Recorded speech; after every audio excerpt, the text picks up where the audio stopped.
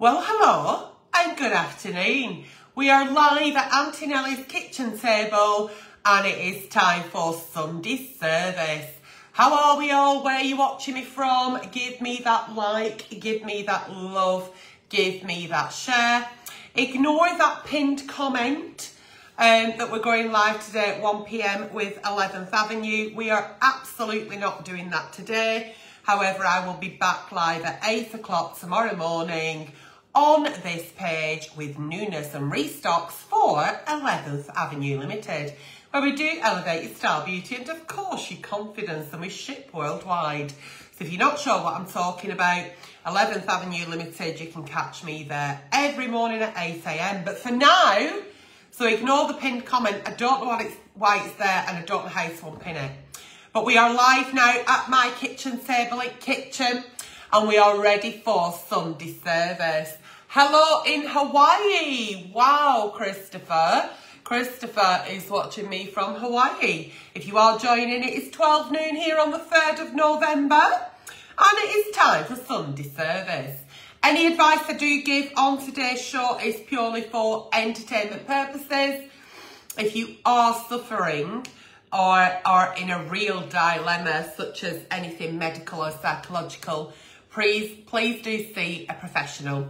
Any advice I give is purely for entertainment purposes. My inbox is overflowing for Sunday services, so I thought, you know what? Let's do it. Let's do it. Let's have a nice shower, put a nice treatment on your hair, give it a bit of a bouncy blow because I have had so much cut off the hair. Don't know if you've noticed, but I am loving the shortness. It's more manageable. So yeah, so did my hair, slapped a bit of shit on my face. My eyebrows are absolutely dire, but that's okay because I am letting them grow as unruly as possible because I've got a fabulous new review to review for you on these monstrosities. They are powdered up to fuck for now, so let's hope for the best. Okay, so a bit of shit on, fresh jammers, bouncy blow, off we go. So it's time for Sunday service. If you've never watched me before, people write into my page with their dear Aunty Nellies, and I am here as your official agony aunt to answer them off the cuff. Don't know what's going to be in the inbox until I open it, and that's the joy of the show. They're all off the cuff answers, and when I read them out and you're listening, it's the first time for both of us. All messages are anonymous. I don't know how long ago you sent them, where you sent them from, how old you are, what your name is. So you can always write into the page and be rest assured that everybody there is anonymous, so don't worry about that. It's time now for Sunday service. As I said before, any advice I do give is purely for entertainment purposes. If you're in that kitchen making a Sunday roast and you've got little ones running around your apron, I will advise there could be strong language throughout, so viewer discretion is advised. So shall we get going? I think we should. Dear Aunty Nelly, that'll be me. I'm in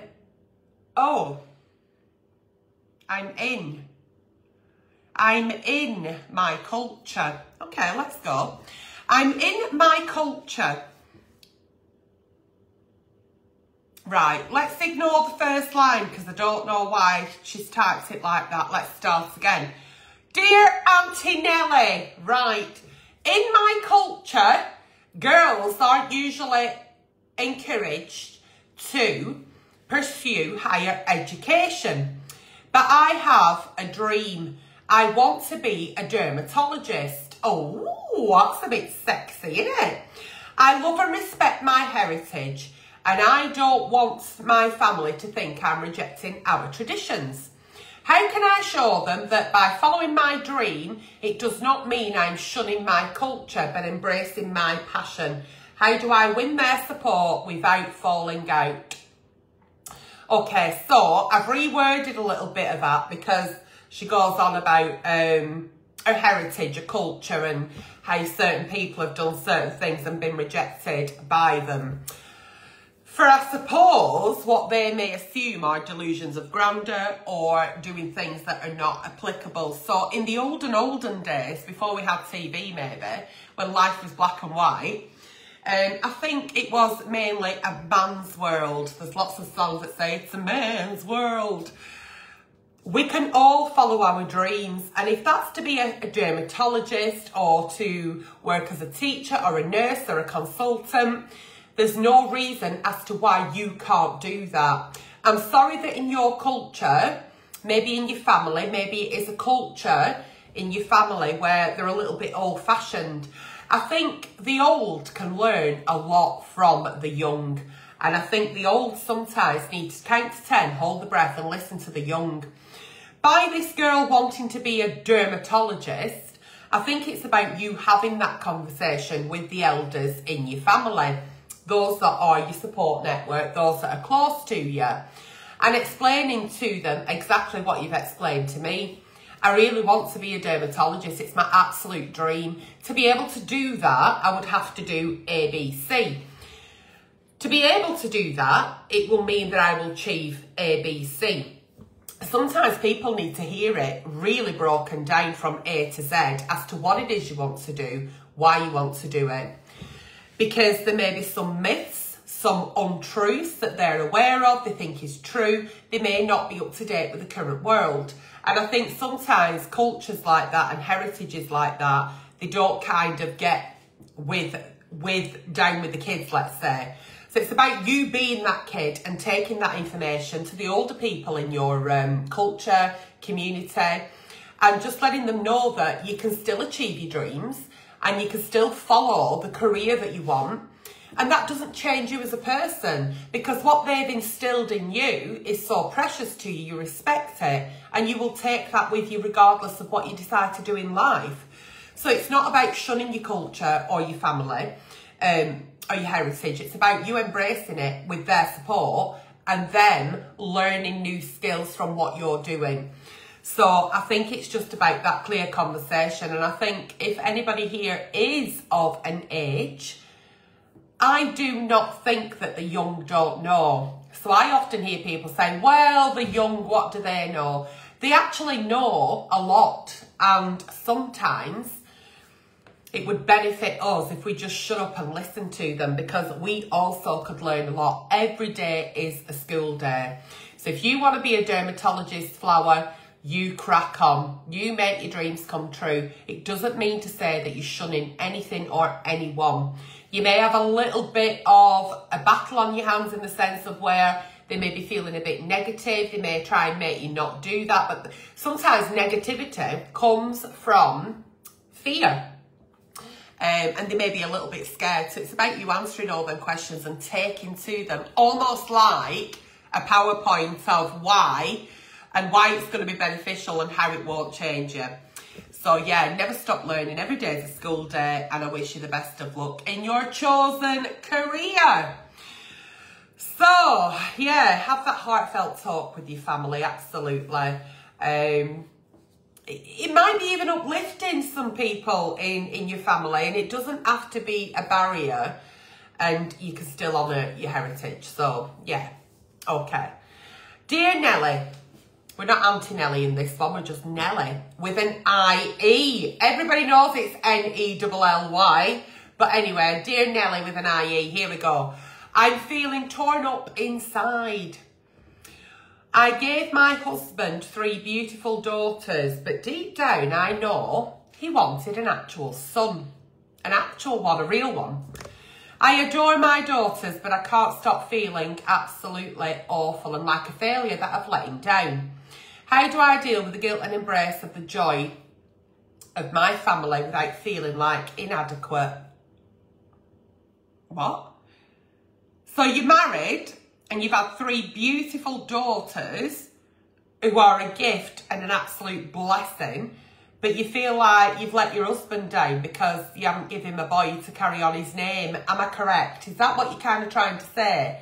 Because before I actually go into how I would answer this, you do know that gender is determined by the man. If you have a girl, you have a boy, it's the man's fault. He is to blame that you've got 3 girls and no sons. The men predict the gender at the insemination point. because it's their sperm that carries the chromosome X and Y. Females only carrying one of those chromosomes. So if anyone's to blame here, it's him, not you. Now, all joking aside, has he ever made it quite clear to you that he's disappointed with you keep giving him daughters?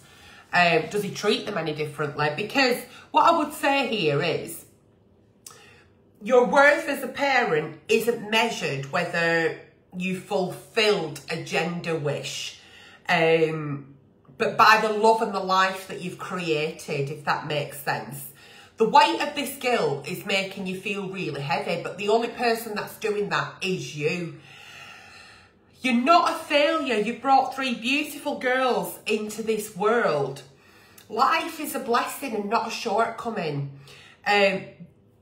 Your girls will have a wonderful bond with you and a wonderful bond with the father, I'm hoping.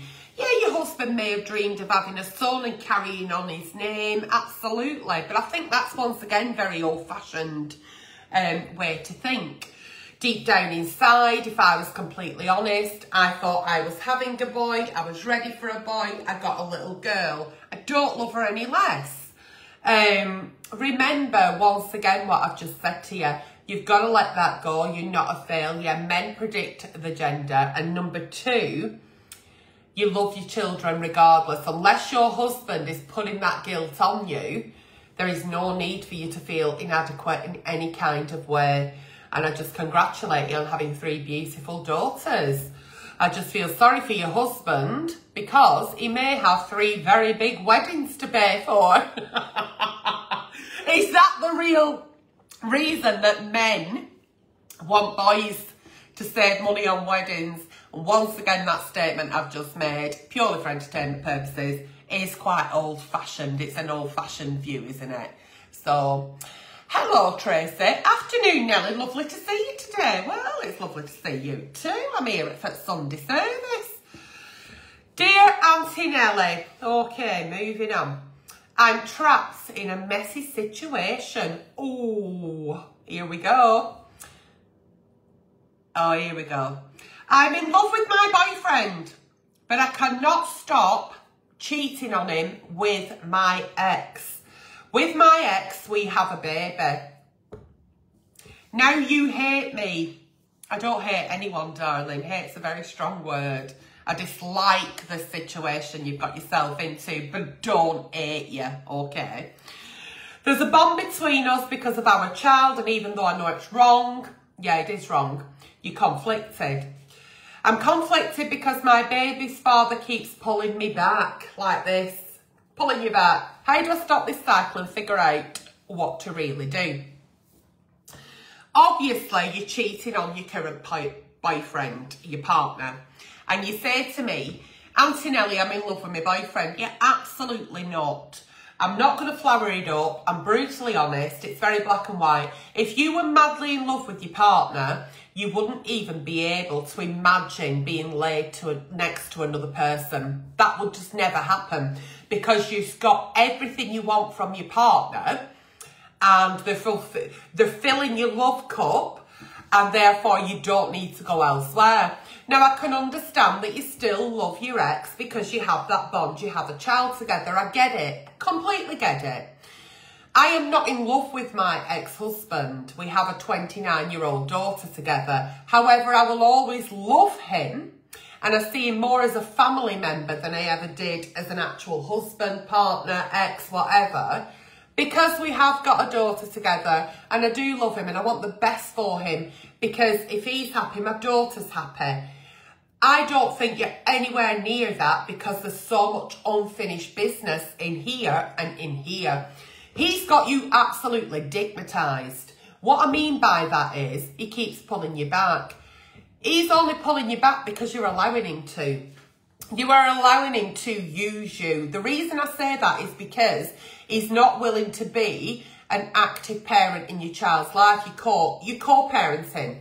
You're not cohabiting. He's not got 24/7 responsibility towards child like you have. He's having his cake and fucking eating it and he's enjoying it. The only person here I feel sorry for is your actual partner who doesn't have a clue of what's going on. You are not ready to be in love with somebody. You think you are, you're not. You are not ready to be in a new relationship. The reason I say that is because you've unfinished business from your last. You've still got feelings for your baby daddy. That's a very new term and I feel really uncomfortable saying it, but you still got feelings for your child's father. That being said, he may have not been the right partner for you. He may have not been the one you want to settle with. It maybe didn't work. You're just a bit dickmatised. The dick was good, the D was good, and you keep going back for it. And I think sometimes when you write into me, don't be ashamed of just saying it how it fucking is, because if you don't, I will. You don't need to be in a relationship. You can sleep with your ex as much as you want. You're not in a relationship then, so no one's getting hurt. I think you need to end your relationship with your boyfriend, your current boyfriend, because regardless of you being with your ex or not, you're not ready to be in a relationship, and it's not fair for these innocent people to come in our lives when we're still unpacking baggage. It's not fair to them. He needs to go off and find somebody who will be in love with him, because you're definitely not in love with your boyfriend, let me tell you. Your ex coming in and out of your life like that, that is not the place to be. You're worth more than that. And then are we all forgetting this beautiful baby that you have with your ex? What must they feel? Daddy in, daddy out, daddy in mummy's bed, partner in mummy's bed, daddy in mummy's bed. Do we really want that to be a lesson that we teach these innocent, beautiful babies? Now, you might say to me, oh, well, no, they don't see any of that. You'd be fucking surprised what kids pick up on. You'd be absolutely fucking surprised. So get rid of your boyfriend, because you're not in love with him. It's just a nice thing that you're doing, and it's nice, isn't it? Get rid of your ex out your bed. Your ex can come into your life and be a parent to your child, and you can co-parent. You can do that successfully. I've done it for 29 years. You can do that. You do not have to be riding on his fucking disco stick, do you, to do that? Absolutely not. Find out who you are single. Find out what it is that you actually want from a partner. Now, in years to come, if that's your ex and he shakes up and you deal with all the things that made you split up in the first place, kudos to you. Good luck with that. But stay single. Don't teach a child that it's okay to hop on and hop off, because that's not who we are. We're worth so much more than that. Be single. Get rid of your boyfriend. Tell them it wasn't the right time to have a relationship. You wish them well. Do not let your ex back in your bed, okay? That is not where they need to be. They need to be sat down, colouring in with your child, taking them to the park, wherever they want to go. They need to be parenting when they're in your company. They do not need to be doing anything else, and neither do you. You need to sit down, have a good word with yourself and decide what it is that you want. And I think when you've been single for some time and you get to know you as a single parent, you as a single person, you get more clarity. The moment you've no clarity, you're not rational because there's a lot going on. Unpack that box. Who are you? What do you want? What are your goals? What do you want as a career? What do you want to teach this child? Keep that house that that child lives in as a safe space as possible. That's their home. Be careful who you bring into it. So, once again, I don't hate you. I just hate the fact that you've got yourself in this messy situation and it's happened because you've allowed it to. So start unpacking that. Start getting rid, out with the shit, and come New Year, you'll be a happy single woman, bit clear in mind, and then you can start working on you and you can absolutely move on, making the right decisions. Ain't none of us saints. We all make bad decisions. All of us. All of us. Believe me, bad decisions is a decision I made for many years. And it does take time to break that cycle, but you'll get there. Okie dokie. Dear Aunty Nelly, I'm worried about my daughter. She seems to be very promiscuous with her boyfriends. Oh, she's never taken relationships seriously or looking for the one. I know she's young and exploring life, but I'm afraid. Don't be afraid. Now, she's making choices, bad choices, that could hurt her in the long run. How do I talk to her without pushing her away, making her feel judged? Well, the fact that you've wrote into me with this is a bit judgy. You are a bit judgy. It's understandable to feel worried, when you see your child, daughter or son or whatever, or friends even, that are making choices that feel a bit concerning to you. The key here is to approach her with love and not judgment. So the fact that you're saying I'm not judging, you are judging. And it's okay to say, do you know what, I feel really judgmental here, but it doesn't sit right with me. Let's not go in and say I'm not judging when you're very judgy, okay? So you need to start a gentle conversation with her, because her happiness and her well-being should be your priority. Let's do that without focusing on the behaviour. Now, what I mean by that is, if she is of age, it's legal and it's consensual, and I speak for this for my own daughter who's 29, I couldn't give an absolute fuck how many people hang out the back of her. Let me put it very black and white to you. As long as it's consensual and it's safe, you crack on, flower.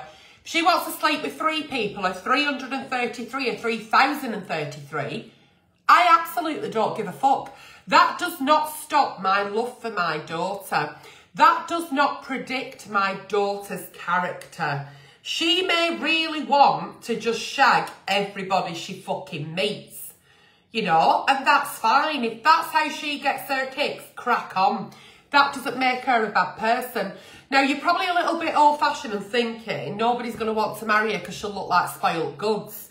And that's the thing that was said to me in 1996 after I got divorced by my aunties in the family. So I'm aware of what you're trying to say. However, it's 2024. We've moved on. I'd like to think we've fucking moved on. Whether you slept with 1 person or 27 people, if that's your way of thinking, they're already spoilt, aren't they? So what's it matter? I think what you need here sometimes is to just take a breath, give yourself that space and realise that young people are not the young people that we were the young people. Okay?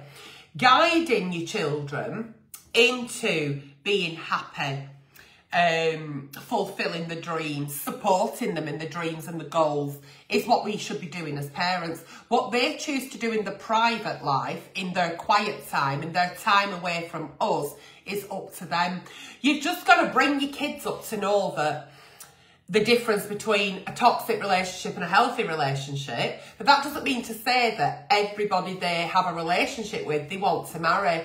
It's all about having fun as well. Let's not forget that life is very short. Tomorrow's promised to nobody. And if she's having fun today, let her crack on. Let her crack on. Young people need that space to explore.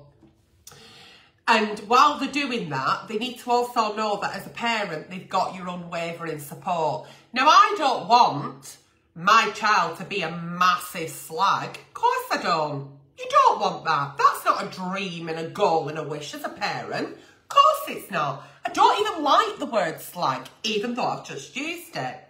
However, if they do grow up to be, as you say, promiscuous, which is a much nicer way to put it, well, so be it. It doesn't change your love for your child. It doesn't change that happy, kind, caring girl that you see before you. It doesn't change what we do in the private life. Does not dictate the character or personality that we see in real life. And when she meets the right one, if she wants to meet the right one, she might never meet the right one because she doesn't want to. Not because there's something wrong with her or she slept with 3 people. She may just not want to. And that's also okay. So you support your children regardless of how many people they slept with, what car they drive, how much money they've got in the bank account, what job they choose to do, who they choose to live with. My daughter can live with 1,700 people if she wants until she decides that this is the actual one. As long as she's in a happy relationship, she's not being abused, it's not coercive, it's consensual and she's happy, I absolutely couldn't give a fuck how many she has to have before she gets there, if she ever wants to get there. And if she doesn't, that's also okay, because I'm a mum and I love her unconditionally. Now, I'll be the first to pull her in line should she be doing anything that I really feel is a heinous act or a criminal act or something that is not favoured. But yeah, I don't think she's doing anything wrong. She's young, she's having fun. have that open conversation with her and maybe say, you know, I'm really worried. She keeps sleeping with all these boys. Are any of them going to put a ring on it? You know, you could be so blasé about it, and you may get more out of her by having a friendly conversation, being a friend. And she may say, no, absolutely not. I've not met anybody I like. I'm not ready for that. Then you kind of know a little bit more of where you're at. But don't be thinking in 2024, people who've slept with more than 3 people will not get a husband because they're spoiled goods. Doesn't work like that anymore. Okay, moving on. Dear Aunty Nelly, I'm struggling. I know how it is, Flower. I'm struggling to get my brothers on board with helping for our elderly mum. Okay. She's in her 90s and needs more support since a recent fall. Oh, okay. I'm trying to organise a simple rota, so we can share the responsibilities of checking in on her. Excuse me. And making sure she's okay. One of my brothers thinks she's fine and the other says he's too busy and wants to put her in a home. She really doesn't want to. I am the youngest. I don't know what to do. How do I get them to understand and step up? This is a difficult one because mum's in her 90s. She's had a recent fall. She needs a little bit more care and support. I mean, it's a privilege to still have a mum in her 90s because I've seen your age and you ain't no fucking spring chicken. So it's a privilege to have your mum still around you. And you're going to feel a little bit, why do my brothers not feel like this? And that's what's coming across, really. You're the youngest of the family and you're the girl. So you've took on that carer's role. Whether you've liked it or not, that's what's happened. And they've allowed you to. It's happened because you've led it and they've allowed you to. And I know how hard this must be, but you've got to sit down with your brothers for a serious but calm talk. Make it clear how much mum needs help now. Emphasise the fact that she's in her 90s and this has to be a team effort. Explain even the smallest of actions from them can make a big difference. Remind them that mum does not want to move out of her home and ask them how they would feel if they were in that situation. If they're still pushing back and they're not interested in helping because they're too busy or they haven't got time, make calls to Age Concern. There are lots of help out there, respite care. They can help in practical ways. There are people out there who can help. And keep advocating for your mum's needs. Please don't give up. You're doing an incredible job and maybe you don't get told that often. Facebook has flagged your message, Susie. So just be careful. When people tell me off, when trolls come on my live and they don't like what I'm saying, they don't like what I'm doing, they tell me off, Facebook give me a warning.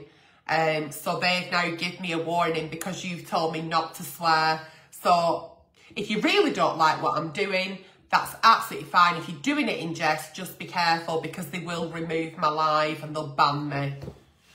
Anyway, moving on. Yeah, you're doing an incredible job and maybe you don't feel like you are because your brothers are not helping. Have that talk, explain what needs to be done. Hopefully you'll get there about having a rota. And if they don't, there's lots and lots and lots of people out there. There's lots of charities, lots of support that can also give you that hand. But yeah, keep advocating for mum. She don't want to go in a home, nor should she need to. She's got 3 grown-ass children, but it's not fair to just have one advocating. So I wish you the best of luck with that. I really do. Okay, moving on. I do apologise about saying that to Susie Flews there. She was probably just saying like, hey, stop swearing in a comedy way. But Facebook will ban me if you get offended by my content, if that makes sense. Dear Aunty Nelly, I'm feeling uneasy. Oh, we've got another care home. My mum's in a care home now, and my elder sister is the one managing her finances. Here's the thing though. Oh, okay. My elder sister always struggled for money, but all of a sudden, She suddenly seems to have more than she used to. I can't help but feel suspicious about this, but I don't know how to bring this up without causing a huge argument. What should I do? So mum's gone in a care home, there's 2 girls, the eldest sister is managing all the money, and the other sister's now thinking, hang on a fucking minute, you never had a pot to piss in, but now all of a sudden you're fucking Billy Big Balls. Where's all this money come from? Did I do that or did you do that? Who did that then? There were loads of fireworks. I don't know what I did. Anyway, so, and now you're feeling suspicious. I think it's understandable to feel suspicious. Absolutely. I mean, especially when things don't seem to add up. She were always struggling financially. Has she got a better job? Has she had a lottery win? Has she had an influx of cash? If not, then you've every right to feel suspicious. I'd be thinking, hang on a fucking minute. You didn't have a pot to piss in and now you're fucking coming here like Rockefeller. Where have you got all this cash from? What we need to do here is, because I always say as well, when it's finances we're talking about, they've got to be approached very carefully and respectfully. So start by asking your sister on transparent updates on mum's finances. You've every right to see mum's finances as much as her being in control of them. She might be the older sister and she might be in charge of that, but you can also have the conversation of, and this is how I would jump in, God forbid anything would ever happen to you, I need to know what's going on with mum's finances in case I need to do it. So can we have a sit down, me and you, and can we just go through everything? You're still in charge of finances. I don't really want to get involved, but I think I need a bit more knowledge about them. If you want, we can do it with the care staff. So if ever us 2 are not around, they know what's going on, what's coming in, what's going out. But I really think it's time that you let me know as well about mum's finances, and then we're all on the same page. So that is being very transparent. You're not accusing, you're not guilting her, you're not asking why all of a sudden she's got all this money she didn't have any before. It's just showing a genuine concern for mum's well-being rather than that accusation which you're actually feeling. And you could suggest actually having that impartial meeting with some care staff, maybe the head of a care or something, and say, you know, I just need to make sure that I know what I'm doing. God forbid anything happens to you. If then it's met with defence and you don't need to know, don't worry about it, then it would be a different conversation I'd be having and saying, but I am worried about it. And if you want me to be totally honest, I want to know what's happening with my mum's finances. I think I've every right to know. I'm a daughter as much as you have. And if that carries on and it's another argument, she's very defensive, then I think your suspicions are quite valid. And that's when I'd be going in with my, look, I'm not being fucking funny flower, but this is what I'm going to tell you. I've tried to be nice about it. I've tried to get you to open up to me about it, but 2 weeks ago, you didn't have any money on your lecky meter, and now you're walking about with fucking shopping from Marks and Spencer's. I want to see my mum's finances, and if you've nothing to hide, then fucking show it me. So you've done the softly catchy monkey approach. You've been a little bit firmer, then you're going with the sledgehammer approach, because one thing I will not stand for, and neither should you or anybody watching, is elder abuse. It is elder abuse when children out there, or in-laws, or daughter-in-laws, or care homes, or builders, whatever it may be, start robbing off the old. And ultimately, if your sister all of a sudden is splurging the cash and there's no reason for it, she's thieving from her own fucking mother. And that's an offence, a police offence, it's a criminal offence, it's theft. So absolutely put your size 9 in and make sure that she could turn around and say, I want some money on a bloody scratch card. I want some money out lottery. But because you've got these suspicions, I'd still want to know what's going on with mum's finances. You've 100% right to know regardless of why your sister may have come into some money. More than one people needs to be in charge of finances, God forbid anything happens. Okay? There we go. I'm not saying she's robbing her, but I don't feel good about it. So, dear Aunty Nelly, here we are, Sunday service at kitchen table. Any advice I do give on today's show is purely for entertainment purposes, by the way. If you do want an Aunty Nelly ready, if you do want to reach out for some advice for entertainment purposes, obviously I'm not professional, you can write into the page at any time. So, dear Aunty Nelly, I'm feeling lost and disconnected from my closest friends. Lately, they've been making plans without me, and some seem to be drifting away. I don't know if I've done something wrong or if we're just growing apart, but it hurts. How do I handle this? Should I reach out or just let them go? Oh, now then.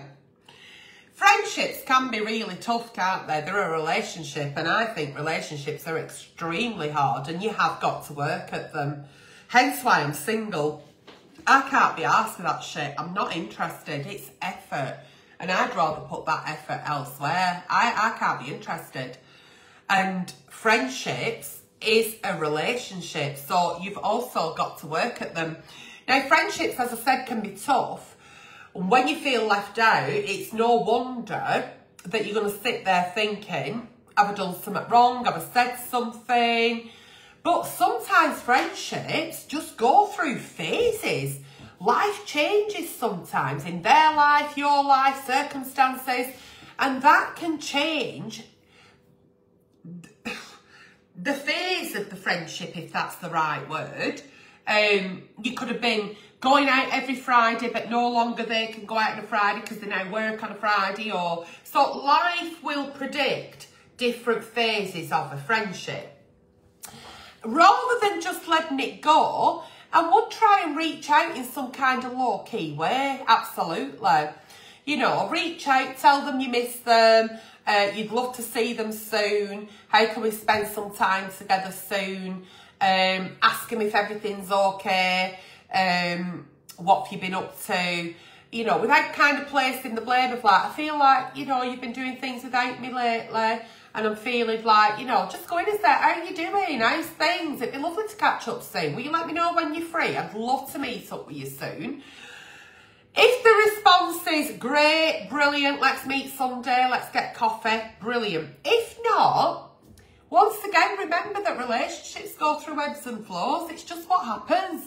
And, you know, if you're not having as many friendly dates as you'd like, maybe reconnect with yourself. Do something for you. Start a new hobby. Maybe you'll make new connections that way. And you deserve to treat yourself with value as you do your friends. So you can only reach out and ask. And if they come back and it's a positive, great. If they don't, make some new friends so you're not feeling like you've only got one pot of friends all the time. Start doing something where you will make new connections, but don't take it personally. Things just sometimes happen. I changed my phone. I don't know when. And I did the thing where it were a new phone rather than transfer all my old numbers, if you will.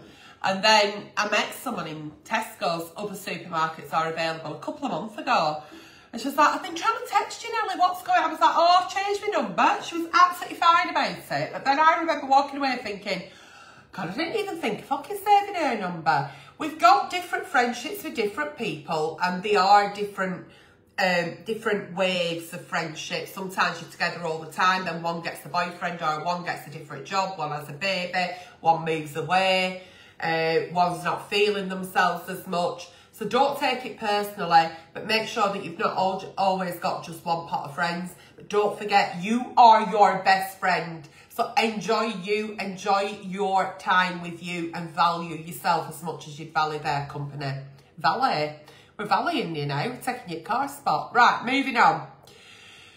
Dear Aunty Nelly. Oh, it's the last one. It's the last one. If you want to know anything, put it in the comments and we'll have a little chat when I finish. So, dear Aunty Nelly, I feel stuck in my job. I've been at the same company for years, but lately I'm unmotivated. and unhappy. Oh heck. The thought of starting over somewhere new is terrifying, but staying here makes me feel so miserable and stagnant. How do I know it's time to take the leap, or I should try to make things work? Now, I think you know it's time to take the leap because you're at work more than you're at home, and if you're unhappy, that's a lot of unhappiness, Flower. It is time to take the leap. However, before we do that and we jump in, feet first, we have a size 11s. When you're feeling trapped in a job, it can be absolutely draining.